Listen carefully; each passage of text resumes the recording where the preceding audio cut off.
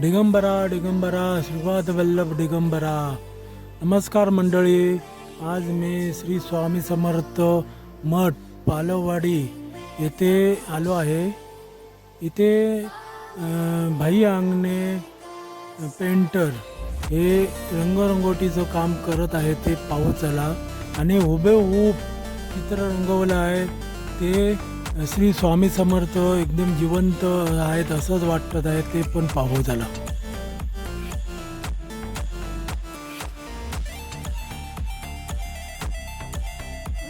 नमस्कार भाईनो.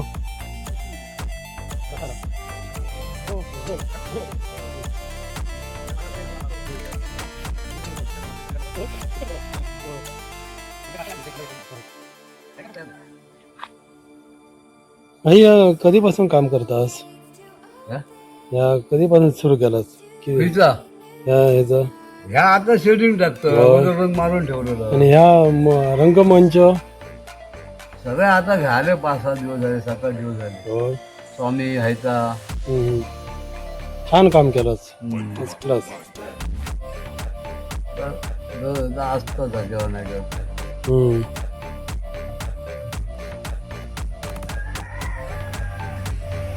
स्वामी मग भरभरून देतो येत नका होय. ऐकलं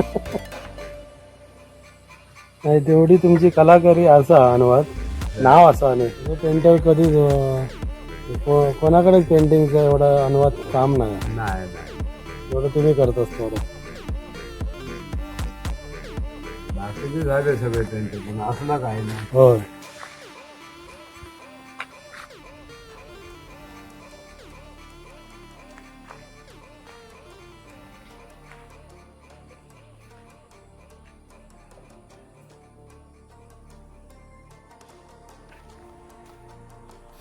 येत्या 4 डिसेंबरला हजारो भाविकांच्या उपस्थितीत श्री दत्त जयंती साजरी होणार आहे.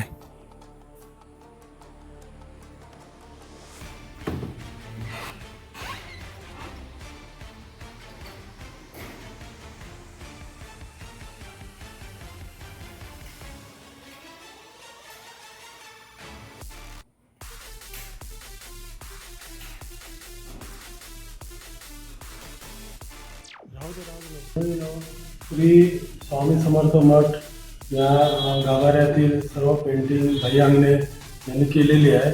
तर दाखवतो तुम्हाला. या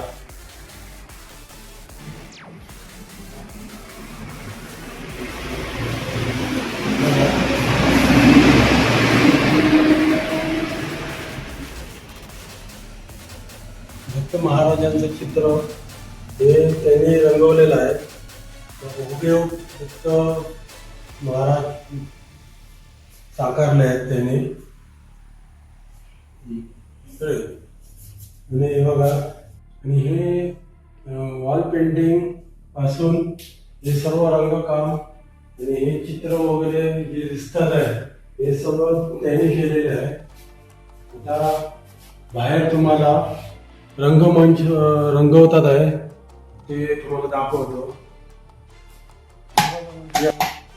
श्री स्वामी समर्थ मठ आणि ते भाई अंगणे ह्याने बघ रंगवलेलं आहे.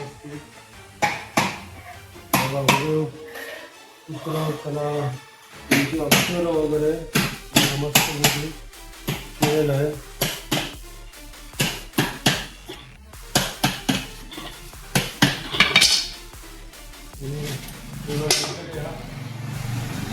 ओम कसा काढण्याचा हे श्री स्वामी समर्थ हे त्यांनी लिहिलेलं आहे. त्यांनी हे केलेलं आहे. त्याला तुम्हाला आता रंगमंच दाखवतो. आता भाई पेंटिंग करतात तिकडे जाऊन या बघा. हे रंगमंच हा सर्व त्याने रंगवलेला आहे. ते जरा तुम्हाला ओळख करून देतो. सगळी माहिती त्यांनी विचारून मोकळे झाले. इव्हन मुंबई परत प्रसिद्ध झाला.